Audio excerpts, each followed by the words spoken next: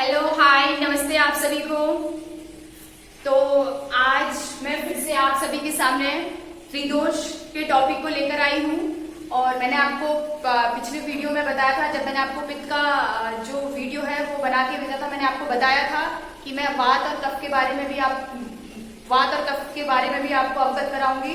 तो आज हम पित्त के ऊपर में चर्चा न करके हम सीधा किसके ऊपर आते हैं, कफ और वात के ऊपर, क्योंकि पित्त के ऊपर हम पहले भी चर्चा कर चुके हैं। तो आज हम चर्चा करेंगे कफ और वात के ऊपर।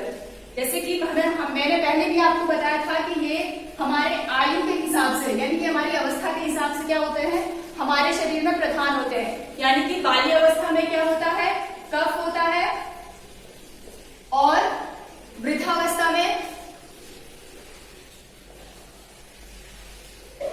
वात होता है।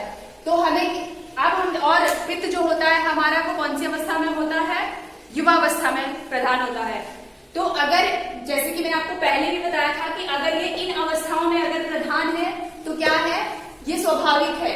लेकिन अगर ये वात जो है ये बाल्य अवस्था में प्रधान हो जाए और ये कफ जो है ये वृद्धावस्था में प्रधान हो जाए तो क्या हो जाता है, तो इसे हम क्या बोलते हैं, दोषों का इम्बैलेंस होना, यानी कि त्रिदोषों का इम्बैलेंस होना। एक चीज मैं आपको और बता देती हूँ, हमारे शरीर में त्रिदोष अगर समभाव यानी कि संतुलित अगर होते हैं तो ये क्या करते हैं, हमारे शरीर को निरोग रखते हैं। लेकिन अगर ये थोड़ा सा भी ऊपर नीचे संचित, बहुत ज्यादा अधिक हो जाते हैं या कुपित हो जाते हैं, कम हो जाते हैं, तो क्या हो जाता है, इनसे हमारे शरीर में रोग उत्पन्न होना शुरू हो जाते हैं। तो आज हम बात करेंगे कफ और वात के बारे में, क्योंकि पित्त हमारा पहले हो चुका है तो पित्त के बारे में बात नहीं करेंगे।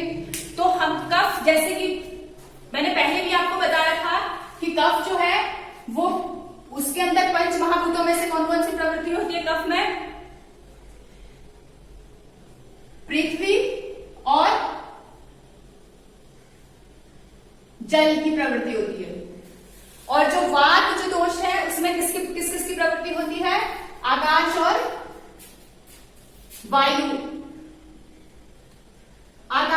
की प्रवृत्ति होती है।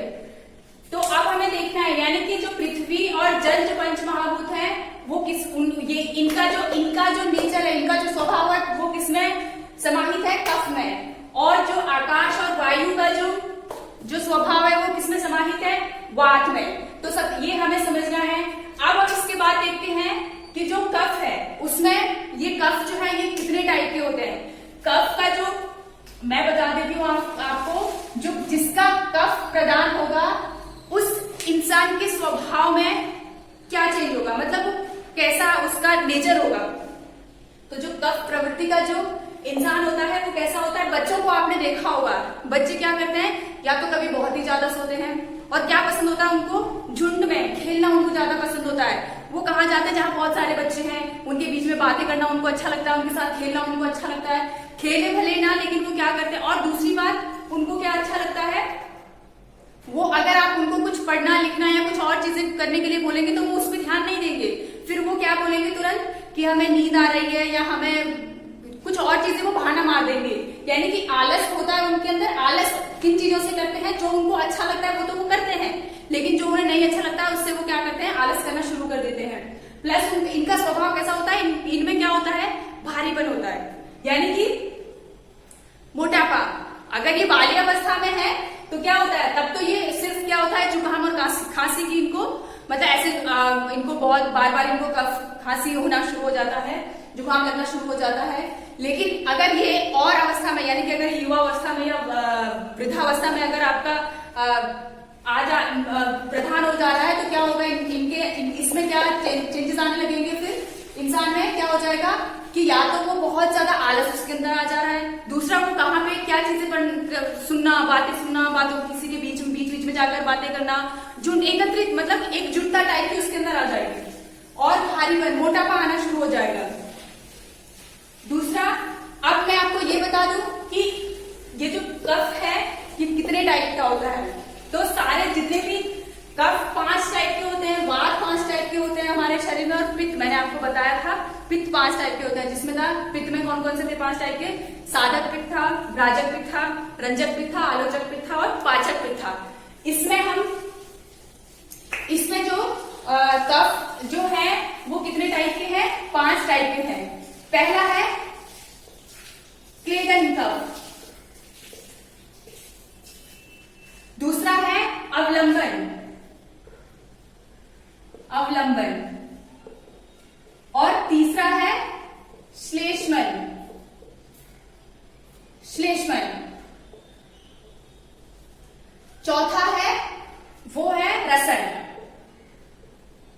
और पांचवा जो कफ है वो है स्नेहन। कौन सा कफ है? स्नेहन कफ। अब ये जो क्लेदन कफ है ये कहां होता है? हमारे क्लेदन कफ होता है। क्लेदन कफ का काम क्या होता है? ये अमाशय में होता है, और काम क्या होता है इसका? अमाशय में होता है, लेकिन इसका जो काम होता है वो क्या होता है? अन्न को गीला करना, यानी कि अन्न में क्या गीला रखना अन्न को। अगर सूखा सूखा होगा तो वो क्या होगा? डाइजेस्ट नहीं हो पाएगा, जो भी हम खाना खाएंगे वो डाइजेस्ट नहीं हो पाता है। तो क्लेदन कफ का क्या काम होता है? अन्न को गीला करने का और अलग करने का काम होता है। कहाँ होता है ये? अमाशय में। अवलंबन जो कफ होता है वो होता है हमारे हृदय में। अवलंबन कफ हृदय में होता है, और ये क्या करता है? हृदय का पोषण करता है। दूसरा हमारा जो है श्लेष्मन कफ है, ये हमारे संधियों में होता है। संधि से मतलब आप समझे कि ये जो भी हमारे शरीर के जो जोड़ है उनमें ये कफ पाया जाता है, और ये क्या करता है? हड्डियों को कभी भी, ये जितने भी हमारे जोड़ है उनको उनके बीच में कफ बना के रखता है। ये कौन करता है? श्लेष्मन कफ का काम होता है, जिसे हम कहते हैं कि हमारे जब हम हमारे जोड़ों में दर्द होने लग गया तो डॉक्टर कहते हैं कि आपका जो ग्रीस बोलते हैं कभी डॉक्टर की वो कम हो गया है, तो वो यही चीज है, श्लेष्मन कफ होता है वो। दूसरा क्या होता है? रसन कफ। इसका स्थान कहाँ पे है? हमारे कंठ पर है, और ये क्या करता है? टेस्ट को, यानी कि हमारा जो कड़वा और चटपटा जो हमें टेस्ट आता है वो किसके कारण आता है? रसन कफ के कारण। तीसरा जो पांचवा जो कफ है स्नेहन कफ, वो कहाँ होता है? हमारे मस्तिष्क में होता है। ये जो कफ होता है ये मस्तिष्क में होता है, और ये क्या करता है? हमारे जो क्या बोलते हैं हम, इंद्रियां हैं, इंद्रियों के लिए ये रिस्पॉन्सिबल होता है। तो ये तो थे हमारे कफ। अब मैं आपको बता दूं कि अच्छा, मैंने आपको पिछली वीडियो में बताया था कि जो कफ जो दोष है वो कौन सी ऋतु में संचित होता है और कौन सी ऋतु में कुपित होता है। तो एक बार आप फिर से याद कर लीजिए कि शिशिर ऋतु में क्या होता है? ये संचित होता है। शिशिर ऋतु में संचित होता है, और शरद में क्या हो जाएगा? कुपित हो जाएगा। और अब आपको दिमाग में आ रहा होगा कि शिशिर क्या होता है। बहुत सारे लोगों को समझ नहीं आ रहा होगा। तो शिशिर वर्षा ऋतु के बाद जो ऋतु आती है उसको कौन सी होती है? शिशिर। फिर दिसंबर और जनवरी का जो महीना होता है वो क्या होता है? हमारा शरद ऋतु का होता है। तो शिशिर ऋतु, इसके बाद अब क्या हो जाएगा? वर्षा ऋतु के बाद जो ऋतु आएगी वो शिशिर ऋतु। और शिशिर ऋतु में क्या होता है? हमारा कफ संचित बनने लगता है, क्योंकि ठंड में हमें जरूरत होती है कफ की। कफ क्या करता है? गर्माहट बना के रखता है हमारे शरीर में, और शरद ऋतु में क्या हो जाता है? ये कुपित होना शुरू हो जाता है। इसके बाद वात की अगर बात करें तो वात जो है, वात की जो ऋतु है वो कौन कौन सी है? ग्रीष्म ऋतु में क्या होता है? मैंने पहले भी आपको बताया, लेकिन मैं एक बार फिर से बता देती हूँ। ग्रीष्म ऋतु में संचित होता है, और वर्षा ऋतु में कुपित होता है। यानी कि आजकल क्या हो रहा है? वात कुपित हो रहा है। संचित का मतलब बनना, और कुपित का मतलब खत्म होना। तो आजकल क्या हो रहा है? वात हमारे शरीर में क्या हो रहा है? कुपित हो रहा है, कम हो रहा है। और कम, मैंने क्या बोला? बैलेंस होना चाहिए, बहुत ज्यादा भी नहीं होना चाहिए और बहुत कम भी नहीं होना चाहिए। तो कम भी अगर होगा तो क्या होगा? दिक्कत होना शुरू हो जाएगी। जनरली क्या होता है? इन ऋतुओं में ऐसा होना होता है, यानी कि शिशिर में क्या होता है? ये संचित होता है, और शरद में कुपित होता है। ग्रीष्म में संचित होता है, और वर्षा में कुपित होता है। तो इन चीजों को ध्यान रखेंगे। अब आते हैं हम आगे वात के पास। वात को थोड़ा सा आप ध्यान से समझेंगे। वात जो दोष होता है इसमें क्या होता है? जैसे कि मैंने आपको बताया कि इसमें पंच महाभूतों की जो प्रवृत्ति है वो कौन कौन से पंच महाभूत हैं? तो वात में कौन कौन से हैं? वायु और आकाश। कौन कौन से हैं? वायु और आकाश। अब हमें वायु और आकाश। तो मैं सबसे पहले आपको ये बता बता दूं कि जो ये वात जिसकी और वृद्धावस्था में ये प्रधान होता है। वृद्धावस्था में अगर वात रोग आपको है तो स्वाभाविक है, लेकिन अगर आपको युवावस्था में या बाल्यावस्था में होता है तो क्या हो रहा है, वो इम्बैलेंस हो रहा है। तो वात के जो रोगी हैं उनके साथ इसका जो स्वभाव होता है वो फिर कैसे होना शुरू हो जाता है। वात के जो रोगी होते हैं वो कैसे होते हैं, उनके अंदर हल्कापन होता है, और क्या होता है, वो लोग उनमें क्या होता है, एक जगह नहीं ठहर पाते। वात का जिसके अंदर वात बड़ा होगा आपको देखना वो ऐसे हिलता रहेगा या कुछ भी, मतलब कुछ ना कुछ उसे करने के लिए चाहिए उसको। अब कभी टांगे ऐसे अपना वो करते रहेंगे, हिलाते रहेंगे, कभी अपने हाथ कभी हिलते डुलते रहेंगे। वात के रोगियों के साथ और हल्कापन होता है इनके अंदर, मतलब स्थिरता नहीं होती है। और क्या होता है, वेट कम होना शुरू हो जाता है वात रोगियों का। दिक्कतें क्या क्या होती है वो मैं आपको अभी बताऊंगी। कितने प्रकार के वात होते हैं, तो वात भी 5 प्रकार के होते हैं। पहला जो वात है, आपको मेरी ड्राइंग इतनी अच्छी नहीं है इसलिए मैं शरीर ना बना के मैं सिर्फ लाइन खींच रही हूं। इसमें मैं आपको दिखाती हूं, ये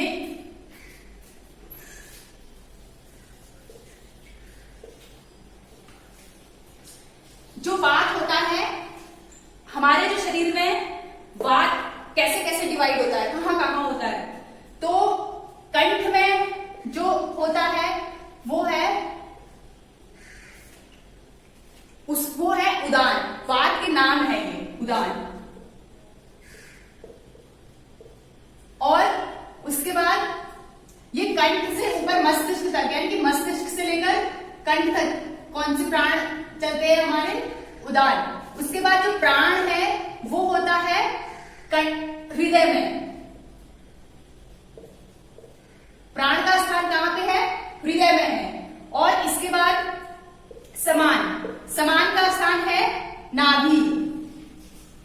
समान का स्थान कहां पे है, नाभि के पास है। अब मैं आपको, यानी कि नाभि के, सिर्फ नाभि के पास ही नहीं, नाभि के चारों ओर कौन सा प्राण चलता है हमारा, समान। फिर उसके बाद है अपान। अपान जो होता है वो नाभि से नीचे और पैरों तक, नाभि से नीचे का भाग और पैरों तक जाता है हमारा अपान वायु। उसके बाद कौन सा होता है, व्यान जो होता है वो संपूर्ण शरीर में होता है। हमारे पूरे शरीर में क्या होता है, व्यान चलता है। तो ध्यान रखेंगे, मस्तिष्क से लेकर कंठ तक का स्थान किसका है, उदान का। हृदय में किसका स्थान है, प्राण का। नाभि में है समान का, और नाभि से नीचे और पैरों तक किसका स्थान है, अपान का। और व्यान जो है वो हमारे संपूर्ण शरीर में होता है, पूरे शरीर में व्यान चलता है। यानी कि आप ये समझिए कि रक्त संचार जो करता है वो किसका काम है, व्यान का है। हमारा जो सप्त धातु है उनको पूरे शरीर में, और जो रक्त है वो पूरे शरीर में उसका संचार किसकी वजह से होता है, ज्ञान की वजह से होता है। तो वात को हमने योग में क्या कहा गया है, प्राण। वायु को क्या कहा गया है, प्राण शक्ति। तो ये जो प्राण शक्ति होती है ये 5 है, और कहां कहां होती है, उदान कहां चलता है, मस्तिष्क से कंठ तक। प्राण चलता है हृदय में, समान नाभि में, अपान नाभि से नीचे पैरों तक, और व्यान होता है संपूर्ण शरीर में। अब आप इसको बहुत अच्छे से सुनेंगे, समझेंगे कि इसमें क्या क्या, इनके क्या क्या काम है। तो उदान का जो काम है मस्तिष्क से लेकर कंठ तक, आप समझ रहे होंगे। अगर उदान वायु हमारी क्या हो जाए, उदान वायु, वात और वायु आप समझ रहे होंगे। अगर उदान हमारा इम्बैलेंस हो जाए तो इसमें मस्तिष्क से लेकर कंठ तक क्या हो जाएगा, हमारी जो भी चीजें काम कर रही है वो इम्बैलेंस होना शुरू हो जाएगी। ठीक है, तो कंठ में जो कोई हकला के बोलता है, या बहुत ज्यादा बोल रहा है, या बिल्कुल ही नहीं बोलता है, तो उसके लिए कौन सी वायु रिस्पॉन्सिबल है, उदान। दूसरा है, और ये जो उदान वायु है, ये जो संगीतकार होते हैं, जो गायक होते हैं, उनके लिए बहुत, अगर इनका ये बैलेंस है उदान वायु पे, अगर वो काम करें तो इनका क्या होता है, कंठ और भी सुरीला हो जाता है। दूसरा आता है हमारा प्राण वायु। प्राण वायु कहां चलती है, हृदय में। यानी कि हृदय और फेफड़ों में जो भी कार्य चलते हैं वो किसके उसके लिए क्या रिस्पॉन्सिबल है, हमारी प्राणवायु उत्तरदायी है। अब ध्यान रखना कि हृदय में सिर्फ जो कार्य होते हैं उसी के लिए रिस्पॉन्सिबल नहीं है, बल्कि इन दोनों में जो क्या हो जाते हैं, दिक्कतें आना शुरू होती है, वो भी किसकी वजह से होता है, प्राणवायु की वजह से। यानी कि हृदय में अगर हृदय रोग अगर किसी को है या फेफड़ों से रिलेटेड अगर रोग है तो उसका क्या बैलेंस है, प्राणवायु इम्बैलेंस है, सॉरी, ठीक है।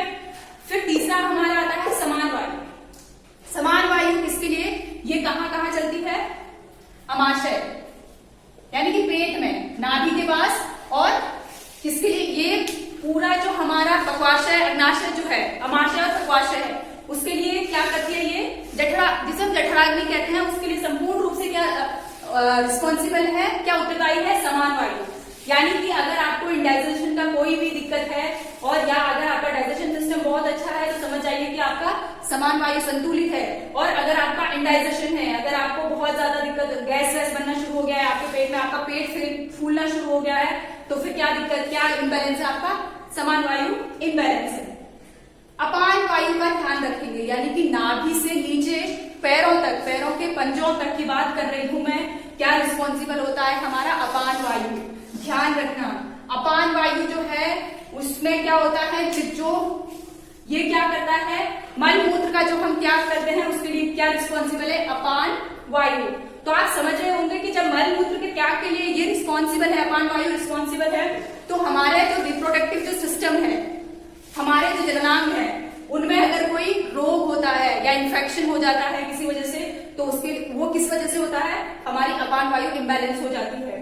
दूसरा, हमारे पैरों में जो, जोड़ों में जो दर्द होना शुरू हो जाता है, वो भी किसके कारण होता है, अपान वायु। बहुत लोग कहते हैं कि मेरे घुटने में दर्द हो रहा है, मेरे पंजों में दर्द हो रहा है, मेरा एंकल दर्द करने लग गए हैं। ये सारी दिक्कतें किसकी वजह से होती है, अपान वायु की वजह से। मैं आपको एक बार फिर से बता देती हूँ, लड़कियों में स्पेशली मेंस्ट्रुअल साइकिल में जो बहुत ज्यादा पेन होता है लड़कियों का, या बहुत ज्यादा वाइट डिस्चार्ज होता है लड़कियों को, वो किसकी वजह से होता है, अपान वायु का इम्बैलेंस हो जाता है। मैं आपको फिर से बता देती हूँ, नाभि से नीचे और पंजों तक जितने भी दर्द, जितने भी रोग होते हैं उसके लिए रिस्पॉन्सिबल होता है हमारा अपान वायु। और एक और चीज, अपान वायु अगर आपका संतुलित है, ये अपान वायु के लिए जो गर्भवती महिलाएं हैं उनको बहुत संतुलन रखना होता है। स्पेशली, वैसे तो हमेशा ही संतुलित होना चाहिए, पर हमें इसके ऊपर कब बहुत ज्यादा काम करना होता है, जब लास्ट में क्या होता है, उनका डिलीवरी का टाइम आता है, क्योंकि ये प्रसव के लिए बहुत ज्यादा उत्तरदायी है। ध्यान रखेंगे अपान वायु, क्योंकि इसका काम क्या होता है, निष्कासन करना, किसी चीज को बाहर निकालना। तो ये हमारा क्या है, मल मूत्र का क्या, इसी अपान वायु, यही अपान वायु उसके लिए रिस्पॉन्सिबल होती है। अगर किसी को यूरिन इन्फेक्शन होता है उसके लिए अपान वायु रिस्पॉन्सिबल है। इसका मतलब क्या हो रहा है कि आपकी अपान वायु इम्बैलेंस हो गई या संतुलित हो गई।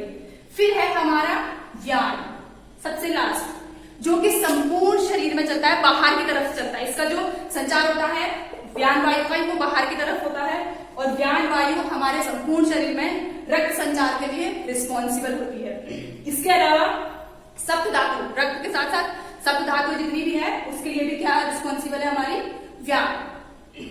तो ये था हमारा वात। कितने प्रकार के वात हैं, 5 टाइप के, उदान, प्राण, समान, अपान और व्यान। उदान कहाँ होता है, मस्तिष्क से लेकर कंठ तक। प्राण कहाँ होता है, हृदय से लेकर फेफड़ों तक। समान कहाँ चलता है, नाभि में। अपान कहाँ चलता है, नाभि से लेकर पैर के पंजों तक। और व्यान संपूर्ण शरीर में चलता है। ये तो थे वात का प्रकार और कफ के प्रकार। अब मैं आपको बता दूं कि वात की अधिकता से और कफ की अधिकता से कौन कौन से रोग होते हैं। तो कफ और वात। कफ की अधिकता से जो रोग होते हैं उसमें क्या होता है, बहुत ज्यादा नींद आती है, अधिक नींद आना शुरू हो जाएगी आपको। और क्या होगा, भारीपन, मोटापा, मोटापा बढ़ना शुरू हो जाएगा आपका। दूसरा आलस्य, आलस्य यानी कि आलस भरना आपके अंदर शुरू हो जाएगा, आप बहुत ज्यादा आलसी हो जाएंगे, ठीक है। और इसके अलावा क्या होगा, इंद्रियों की शिथिलता, यानी कि हमारी जो इंद्रियां हैं वो क्या हो जाएगी, शिथिल होना शुरू हो जाएगी। वात की अगर बात करें तो वात में बहुत ज्यादा, अब कफ से आप समझ सकते हो कि जब आपका मोटापा बढ़ेगा तो आप कितनी चीजों को, कितनी बीमारियों को आमंत्रित कर रहे हो, ये आप समझ सकते हैं। प्लस अधिक नींद आना शुरू हो जाता है। और दूसरी बात, नींद अधिक आना तो होता ही है और असमय नींद आती है। अधिक नींद मतलब आप ये समझो कि अगर आप शाम के 10 बजे सो रहे हो और दूसरे दिन आप 8-9 बजे उठ रहे हो तो अधिक नींद ही है वो। लेकिन फिर उसके बाद आप दिन में भी सो रहे हो, मतलब असमय, या शाम को भी आप कभी बोलो कि मुझे सोना है, या फिर अभी आप उठे और अभी आपको फिर से सोना है, तो वो किसकी वजह से होता है? कफ आपका बढ़ने लगता है, मोटापा बढ़ रहा है, जिसके कारण क्या हो रहा है? आपके शरीर में आलस बढ़ रहा है। ठीक है, अब है वात। वात में क्या क्या दिक्कतें आना शुरू हो जाती है? सबसे पहली तो दिक्कत है जोड़ों में दर्द। दूसरी जो दिक्कत है वो है त्वचा का फटना, यानी कि त्वचा का फटना। इसमें क्या हो जाएगा? आपको आपका और वात जिसका अधिक है वो व्यक्ति रोता बहुत है, बात बात में रोना शुरू हो जाता है। क्या कुछ बोला आपने या कुछ भी थोड़ा सा इमोशनल, बात बात में रोना इनका शुरू हो जाता है। चौथा, इनके विचारों में स्थिरता नहीं होती है, स्थिरता नहीं होती है इनमें। क्या होता है ये लोग, इनका मतलब चलना फिरना स्थिर नहीं है, मतलब दिमाग शांत नहीं है। और पांचवा क्या है? इनको भूख कम लगती है। चौथा, पांचवा है कि पेट में गैस बनना शुरू हो जाता है, पेट में गैस। और छठा, नींद कम आती है। और क्या होना शुरू हो जाता है इनके साथ? वजन कम होना शुरू हो जाता है। ये दिक्कतें किसके साथ आ रही हैं? वात के रोगी। देख लीजिए आप, लंबी लिस्ट आ रही है। और इसके बाद क्या होता है? शब्द उच्चारण।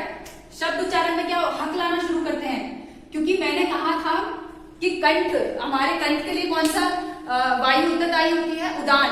तो उदान क्या होता है? कंठ से लेकर कहां चलता है? मस्तिष्क से लेकर कंठ तक चलता है, ये ऊपर की तरफ चलता है। तो क्या होता है इसमें? अगर ये इम्बैलेंस है, उदान वायु हमारा अगर इम्बैलेंस है, तो क्या होना शुरू हो जाएगा? आपका शब्दोच्चारण जो होता है, शब्दोच्चारण में क्या होना शुरू हो जाएगा? हक लाना शुरू कर देंगे आप। वर्ड, कोई भी शब्द आप क्लियर नहीं बोल पाएंगे। और नवमा क्या हो जाएगा? बहुत ज्यादा बोलते हैं। जिनका वात, जिनका इम्बैलेंस होता है, वो लोग बहुत अधिक बोलते हैं, बहुत अधिक बोलते हैं, बोलना। ये क्या है? जिनका वात इम्बैलेंस होता है। और ये क्यों इम्बैलेंस होता है? और हाँ, अगर स्वभाव की बात करें कि स्वभाव में इनमें क्या चेंजेस आने लगते हैं, तो मैंने आपको बोल दिया कि वजन कम होता है, यानी कि हल्कापन होता है इनके अंदर। इनके एक चीज होता है कि इनके पास आप कोई भी अपनी राज की बात नहीं बोल सकते हैं, क्योंकि वो अपने अंदर कुछ चीज रख ही नहीं सकते हैं। मैंने बताया आपको कि इनका जो होता है, विचारों में स्थिरता नहीं होती है, अस्थिर होते हैं ये लोग, दृढ़ता नहीं होती है इनके अंदर। तो इनके पास कभी भी इस प्रकार का अगर आपको कोई भी शख्स दिखता है तो उसके पास आप अपनी राज की बात कभी ना बोले, क्योंकि ये लोग अपने पास उस बात को नहीं रख सकते हैं। ये 3-4 लोगों के पास और बोल देते हैं। दूसरा क्या होता है? डरते बहुत हैं ये। जो ये स्वभाव की बात कर रही हूं मैं, इनके अंदर डर बहुत होता है। डर मीन्स कि खुद को लेकर ये लोग क्या होते हैं? बहुत ज्यादा कॉन्शियस हो जाते हैं, बहुत डरते हैं। और तीसरा, इनके साथ और क्या दिक्कतें होना शुरू हो जाएगी? इनको बहुत जल्दी क्या होता है? इनको क्रोध आता है। पित्त जिनका इम्बैलेंस होता है उनको भी क्रोध बहुत आता है, लेकिन जो ये वात के रोगी होते हैं इनको भी क्रोध बहुत आता है। क्यों? क्योंकि इनके साथ क्या होता है? ये अपने विचारों पर स्थिर नहीं रह पाते। और मैंने बताया आपको कि दृढ़ता इनके अंदर कम होती है, तो ये बहुत जल्दी किसी को रिएक्ट करना शुरू कर देते हैं। और जब आप एक्शन का रिएक्शन दोगे तो वहां पे थोड़ा ऊपर नीचे हो जाता है। तो ये सारा किसकी दिक्कतें हैं? वात रोगी की। कफ के जो रोगी हैं इनके साथ भी बहुत दिक्कतें आती हैं, क्योंकि यहाँ पर जो आप ये शब्द देख रहे हो, मोटापा, ये अपने आप में एक बहुत बड़ी दिक्कत होती है। बहुत बड़ी दिक्कत का मतलब है कि इसकी वजह से क्या होता है? ये अपने आप में ही एक बीमारियों का थैला हो जाता है, क्योंकि इसमें क्या होता है? इसके साथ आप बहुत सारी बीमारियां आमंत्रित करना शुरू कर देते हो, जो स्पेशली किनसे रिलेटेड होती है? हमारी ग्लैंड्स, जो हमारी ग्रंथियां होती है, उनसे रिलेटेड बीमारियां इसमें कफ में आती है। तो आशा है आप सभी को वात, पित्त और कफ समझ में आ गया होगा। अच्छा, वात बढ़ता किस वजह से है? या तो आप बहुत ज्यादा कड़वा या कसेला या बहुत ज्यादा बासी खाना खा रहे हैं, या आप खाना स्किप कर दे रहे हैं, मतलब जितनी आपकी नॉर्मल डाइट है उसमें आप बिल्कुल नहीं, कभी आप क्या करते हो, खाना खा ही नहीं रहे हो, तो क्या हो जाता है, खाना छोड़ने का मतलब भी क्या हो जाता है, आपके शरीर में वात बढ़ता है। जनरल सी बात है, अगर आप किसी दिन खाना नहीं खाओगे तो क्या होगा, आपके पेट में गैस ही तो भरेगी। गैस बनना मतलब वायु, वायु मतलब वात, तो क्या हो जाएगा, उससे वात बढ़ना शुरू हो जाएगा। तो अगर आप खाना नहीं खाओगे तो क्या हो जाएगा, वात बढ़ेगा। ठंडा खाना खाओगे तो भी क्या हो जाएगा, क्योंकि मैंने आपको बताया यहाँ पे कि क्या है, आकाश और वायु, पंच तत्वों में से कौन कौन से हैं, आकाश और वायु। तो वायु की प्रवृत्ति कैसी होती है, ठंडी।